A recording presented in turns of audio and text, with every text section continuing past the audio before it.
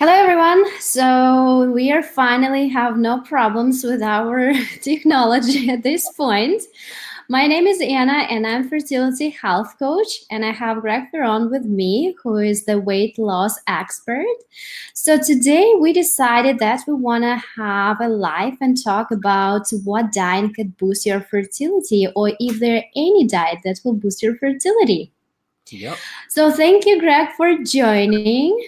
Awesome. Glad to be here. Glad to be here. Awesome. So, Greg, I know that we talked a lot on last week, but unfortunately the video was not that great. So we're going to go a Yeah. little bit more again, the same questions, and some of them will be repetitive. So tell us a little bit more about yourself and what you do.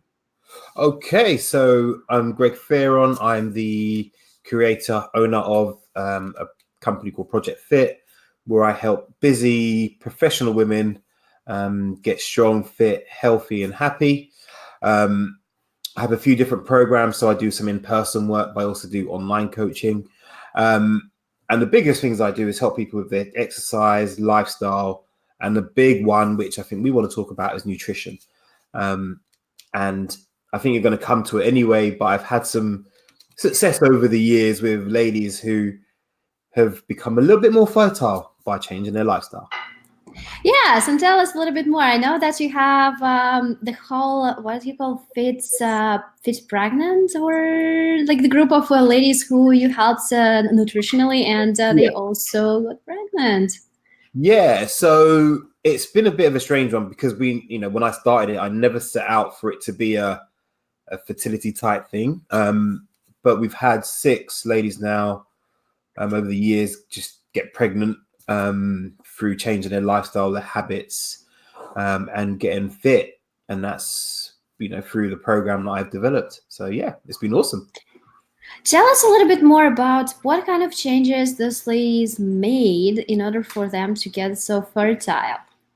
Okay. Ultimately, the biggest change that needs to happen is it has to be a lifestyle change, right? There's not one specific thing, I think, that changes all of that. I think a lot of it is, right, number one, can we get them to get to sleep enough? Because let's be honest, most of us don't sleep enough. We're up on Facebook scrolling, looking at Instagram and checking out Yes. what's going on. I mean, over here it's Brexit, over there it's the impeachment of Trump. And then we prioritize that over our sleep. So that's number one, I think. Number Mm-hmm. 2 is managing stress. So leaving work on time, taking breaks when you need to, so you're not always in a stress state, and how you deal with stress outside is massive. I would then say nutrition is probably the biggest aspect of it all. So changing your diet to include more lean protein sources, more vegetables, not stopping the junk, because if you stop the junk totally, and I hate the word junk food, if you stop the bad food, and I hate that as well, too much, then often it leads to a state where people kind of binge and bust, and it's horrible. So we just reduce it. We don't eat as much, and that combined with some proper training has yielded some awesome results.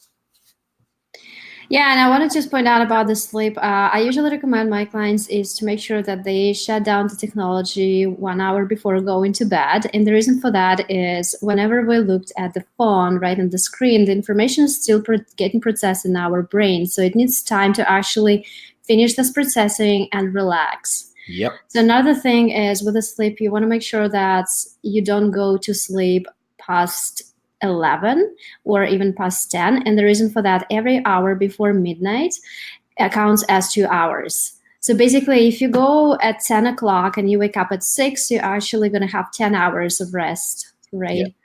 So, all right. So I also like that you were saying about the junk, right, and that negativity. I think we also developed that kind of negativity to the word diets, right? Because if you tell somebody, "Oh, I'm gonna go on the diet," first of all, like, what? I don't want to go on the diet. Yeah, like, yeah, no diet. I'm not on a diet. Yeah, No diets.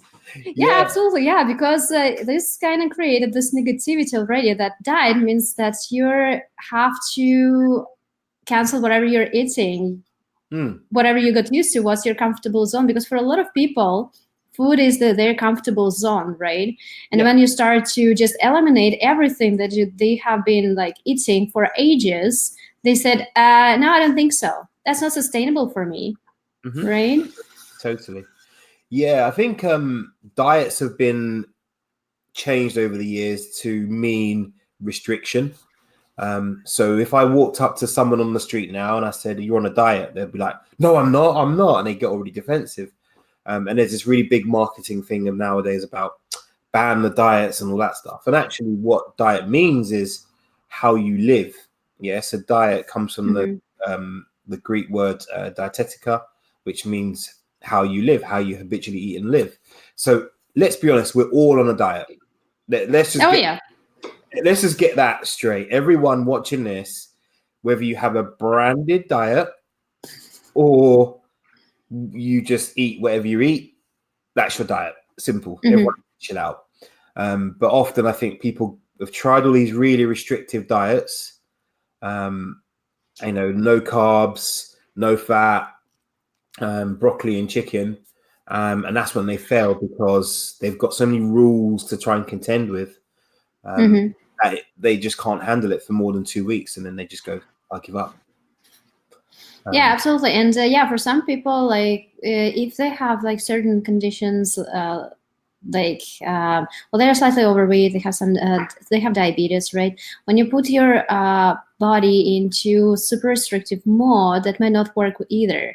So you want to be careful with that too, right? So if you do that slow changes, you're going to restrict a little bit yourself in the junk food, right? The magic might happen already there. If not, that's when we need to troubleshoot and see what's going on with your body, right? Yeah. And I think it's also understanding what's going on behind it, because food and everything we do is driven by emotions, I think. And often people don't put the two together. So they kind of go for this whole willpower type, I'm going to stay, really strong, but actually your emotions and your habits drive how you eat and how you respond to that. So I guess in our roles, we're trying to get underneath the diet and seeing what's driving it to make the changes, rather than just going, eat this, eat this, eat this, eat this. Oh yeah, and eat that, because that never works. It only works. Yeah. And it's interesting because I had a client who she wants to be healthy, right? But she just doesn't know how, right? Because she grew up on the farm and bred, like saying potatoes were the majority of their diet, which is not junk food, right? No. But it's just we found out that she's gluten intolerant, that's was causing her problems. Yeah. But the idea is that a lot of people want to make a change, they just don't know how, right? So, and this is also true for the fertility issues. If you have some fertility issues, that means that your body's in balance. So we need to just figure it out what's going on.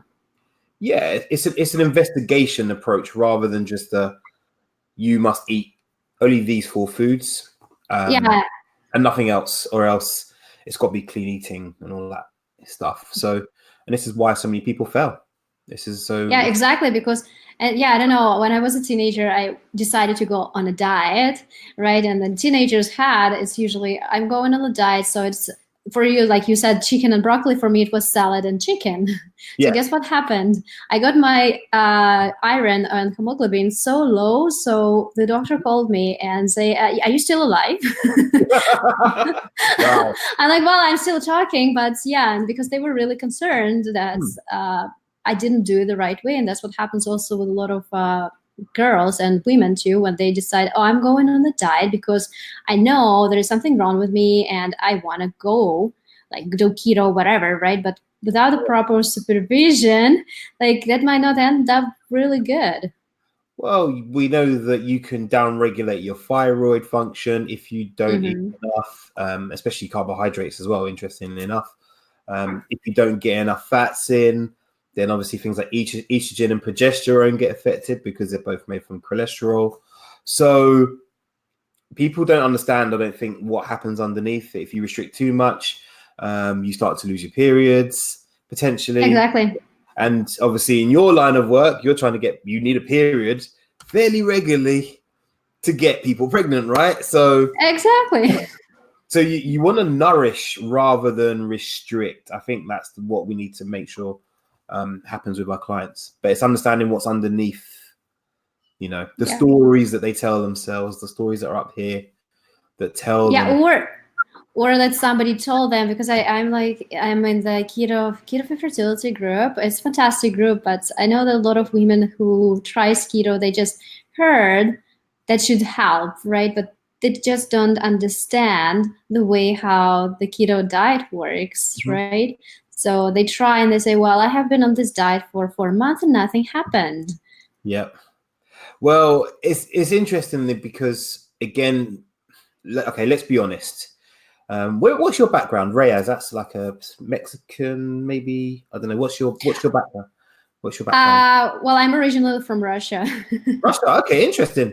Okay, so, but even then, if you look at most European countries, we kind of grew up on starchy vegetables, right? So yeah, potatoes would be probably the main thing, right? Yeah. So you're almost trying to undo lots of culture, first of all, which obviously is deeply ingrained in people. So to say, well, I'm going to go keto and give up carbs, I know for the ladies that I work with are often Asian or Irish or English background, carbs is just going to be hell, and it's going to be really, really hard. And they'll last a week, maybe 1 week, and that'll be it. Well, yes, it's not sustainable, right? And we need still carbs. So our body needs carbs to operate. I know that in keto diet, you're limiting it to 10%. Like some people are even 5%, but you still, your body needs to operate. This is the first fuel which your body choose between carbohydrates, protein, and fat. So you can go on the keto diet just to speed up your weight loss, but it needs to be really done under supervision, because you don't want to be in the ketosis for a long time, because it's not healthy, and it's not healthy, it's not sustainable, and it's dangerous. Well, yeah, I mean, ketosis is a backup fuel, isn't it? It's a fuel. It's a starvation mode. Yeah, it's actually So what we're going to do is we're going to try and go into starvation mode. And the reason is because people keep getting told about insulin. And I think that's the real problem, is that people have this misunderstanding about sugar, carbs, insulin. And I think that's where these problems come in, as to why they make these mistakes about, I'm going to go keto or really low carb. Because insulin is actually pretty critical. And I've got a client who's type 1 diabetic. So if she doesn't get insulin, she's going to die. So to try and stop insulin is, again, another scenario that you probably don't want to do too much of.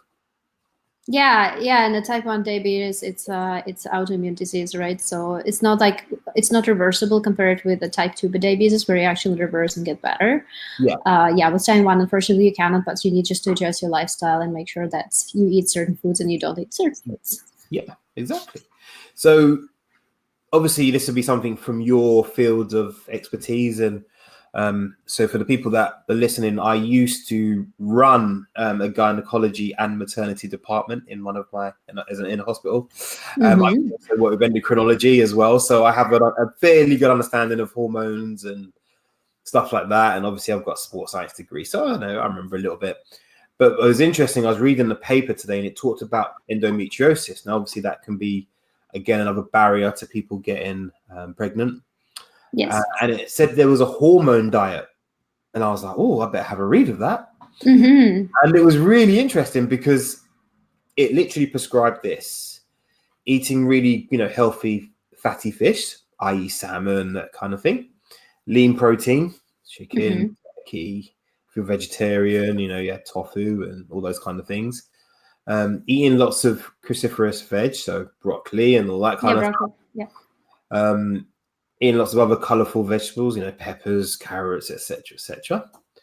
So I'm reading this thing, and it just literally looks like something that I would give to a general client to get them healthy. Exactly.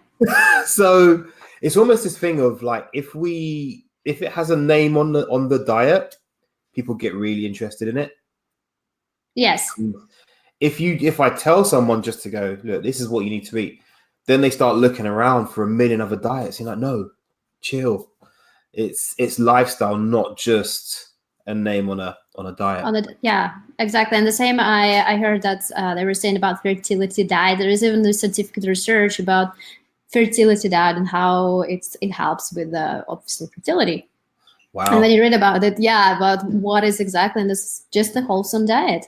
It's crazy. Just as this easy, just wholesome diet. Right? But the name is fertility because they know that there are certain people who struggle with infertility, a lot of women who are struggling with it, right? So they just wanted to give it a name, so they will target a certain audience.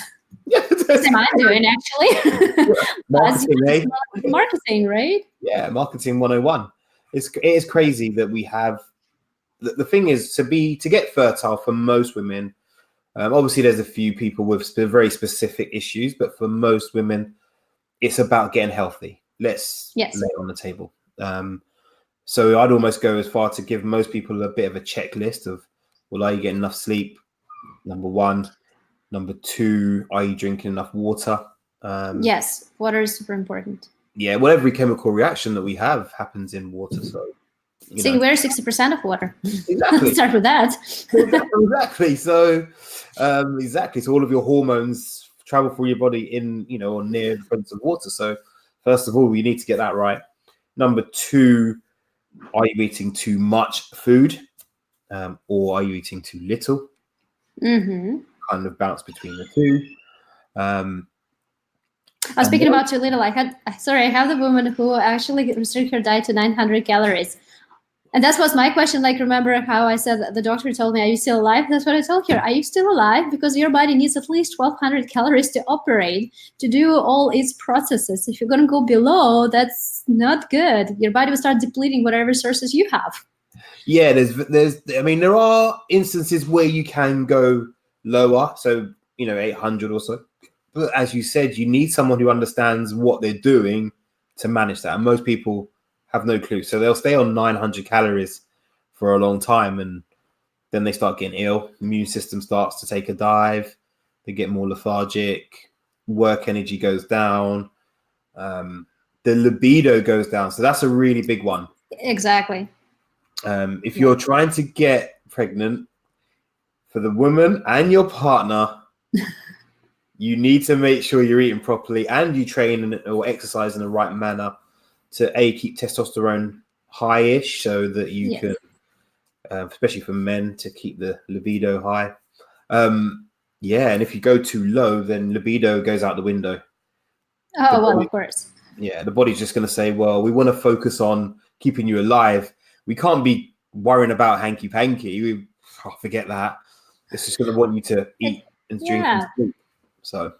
Yeah, exactly. And once again, it's your body needs to be in balance, right? If something does not operate right, your body forces to do something, right? So it's who's talking about the making babies, right? Yeah. Your body's not going to be concentrating this goal because the goal will be different. It's the same like with my clients who the majority of them has autoimmune conditions, right? The body is fighting against itself, right? Because it's autoimmune disease. And nobody's talking about having babies because the body has different focus, and the focus is making sure that it heals you. Yeah, and you're alive, first of all. Forget babies. So you need to make sure you're well nourished, definitely. Okay. So we spoke that we need to sleep, so we need to make sure that what it was the calories, that you're eating enough and you don't overeat. And there was a third one.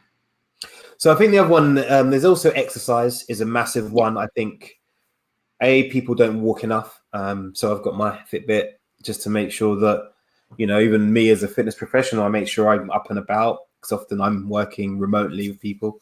But also that people strength train a lot more. And that doesn't need to be that you're lifting massive heavy weights in the gym. You can be using body weight. But I think there's this kind of focus on, making sure you do loads and loads of cardio. And that obviously can make it's quite stressful for the body to be doing lots of cardio. So do you want to add more stress to a system that's already stressed from lack of sleep, lack of nutrition, working too much? So if you look at strength training, we're trying to make sure we put a little bit of stress, but not so much that you can't recover, whereas we're not adding tons of HIIT training, tons of cardio, which is hard to recover from. Yeah, and once again, it's all about balance, right? So, Yeah. and another thing, I know that a lot of people think also workouts, exercise, ooh, that's too long, that's too heavy. But honestly, you don't have to spend like hours at the gym, right? It's enough to have at least half an hour, even like 3 times a week, just as a start. Or you can have half an hour every day, like as a target. Yeah. Just half an hour, right? And everybody has half an hour, and you can do the stuff in the house. There's tons of really good workouts out there, right? And I think that's a big one. So I had a client who she still works for me now. Actually, she dropped 28 pounds in about 6 to 8 weeks. I think it's 8 weeks. Yeah, I had a similar experience with going. And all she did was 3 20-minute workouts a week. So I put together some, exercise. No special kit needed. But one of the things we got her to do was actually think about how she can make time in a day to do that.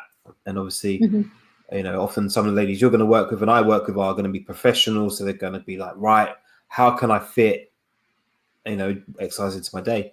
And I think it comes down to having a bit of a plan and prioritizing yourself as well, as to how you can do that. So, yeah, especially for women professionals, because I also have a lady who she's a woman professional, and she's all the time in the meeting. So for her, like literally cooking or going to the gym is hell to try to find this time, right? So, but even she was able to find it.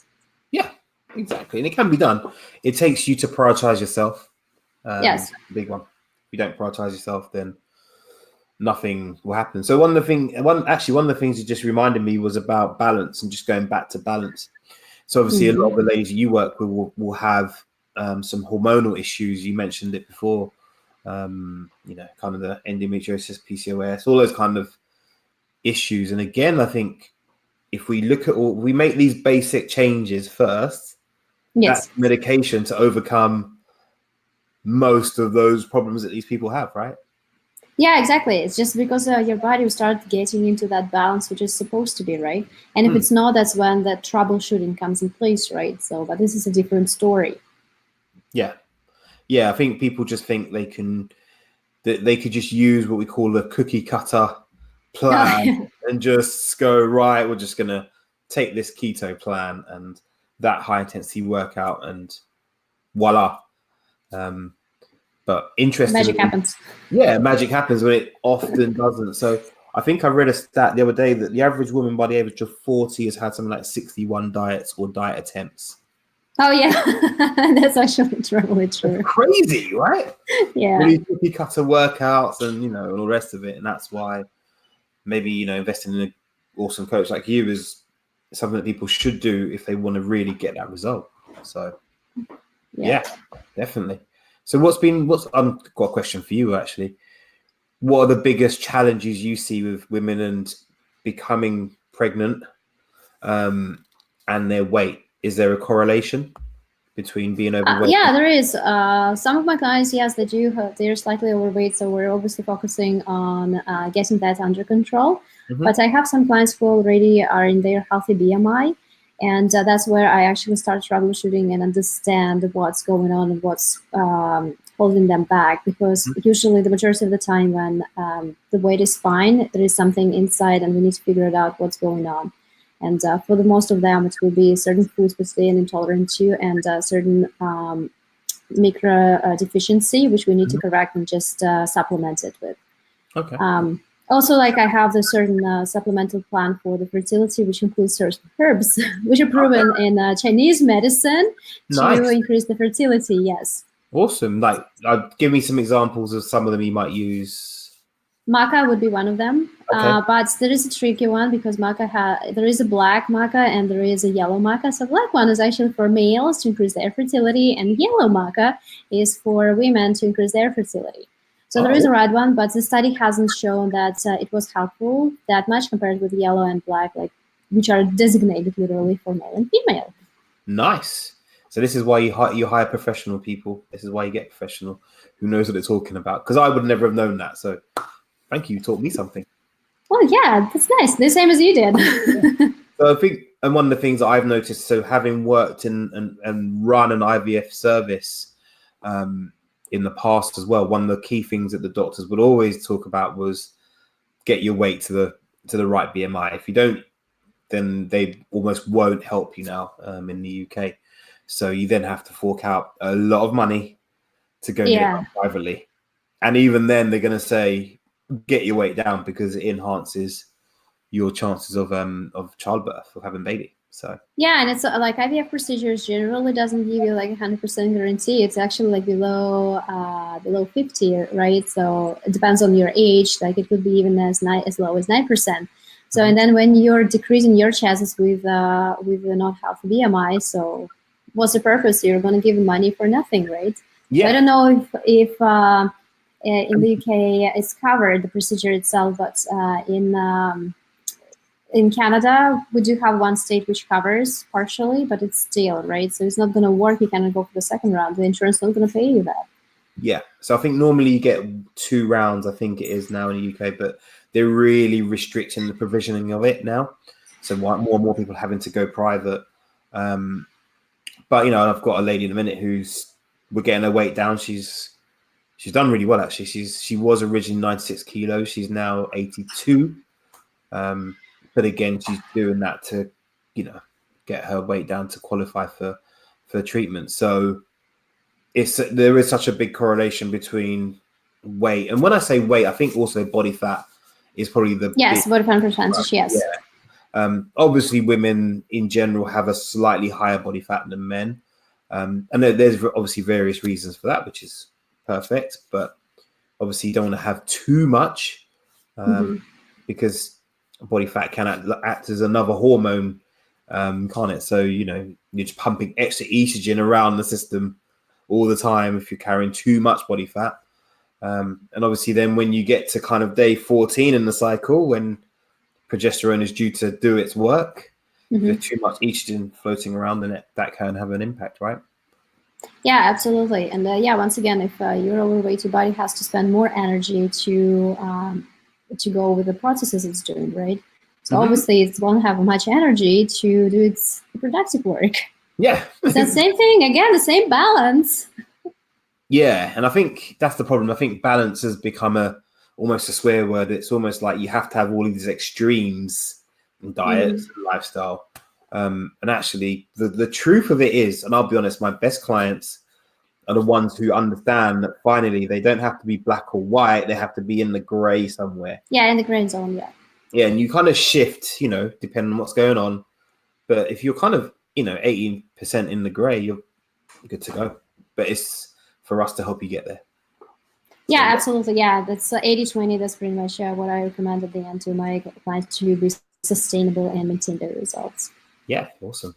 So yeah, so are there any particular other lifestyle tips you would give as well that for people who are trying to conceive and are struggling with it? Yeah, for me, it will be absolutely the same as what you're saying, because first you would want to make sure that you get enough sleep. But I think the only difference that my recommendation would be is also to take care of environmental things like what you're putting on your body. Because I was reading about the study, and a lot of women are obviously using cosmetics, right? So body moisturizers or other than that. So you need to make sure, because our skin is actually absorbing 60% of whatever you put on it. So if you're going to put a lot of chemicals, like not natural derived things, that's exactly those chemicals the body is going to absorb, and it might also hurt you. Yeah. So I had one client who actually was using one cream, and she didn't know, but she wasn't tolerant to one ingredient into it. So when she stopped using it, she started to feel better. She started to get more energy because we were troubleshooting. She had fine thyroid. Everything was well. So what's going on, right? Yeah. That's the same story I was telling about one of my colleagues, and I read it from her book.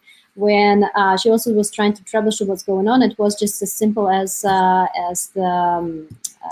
washing machine. Wow. Yeah, so because there was certain mold in the washing machine, because you're supposed to actually use the bleach or use the hypoallergenic. I think there is a mold in the washing machine every week. So in order to get this mold out, because obviously like you cannot make it dry, like all those pieces of Yeah. the washing machine. So you want to make sure that you get rid of the bacteria. So what happens is apparently she wasn't using, and nobody like actually used. Did you use it? Wow. I didn't. I honestly didn't know until I read it, so that I need to use it. But yeah, like all this mold and was on her clothes, and that was what she was allergic to. Wow. So that's crazy, right? Yeah, it's amazing, isn't it? Yeah, I think we neglect our environment way too much. Yes, exactly. Just the environment for sleep is a really big one that I would always. I think if there's one thing, and I'll be honest, I suffered with this for a while where I didn't get good sleep. You know what I did? I took my TV out of my room. We don't have to be either. And I took all the electricals out. So phone, if I have to keep it in my room, it goes on the other side of the room. Yes. So that means I'm not tempted to get up and start playing Angry Birds or scrolling through Instagram. So, yeah. Protect your environment. Yeah. Protect your environment. Yeah, absolutely, and protect your rest. We already have so much. Like I was reading also the study about the noise, the environmental noise. Right, we already have like so much stress putting on our body, right, and getting that stress when you're sleeping is not helping you out either. Yeah, because we can't sleep. We don't sleep enough, and sleep is when repair and recovery happens both physically and mentally. So yeah, absolutely, and that's when the hormones are also starting their work. Exactly that. Awesome.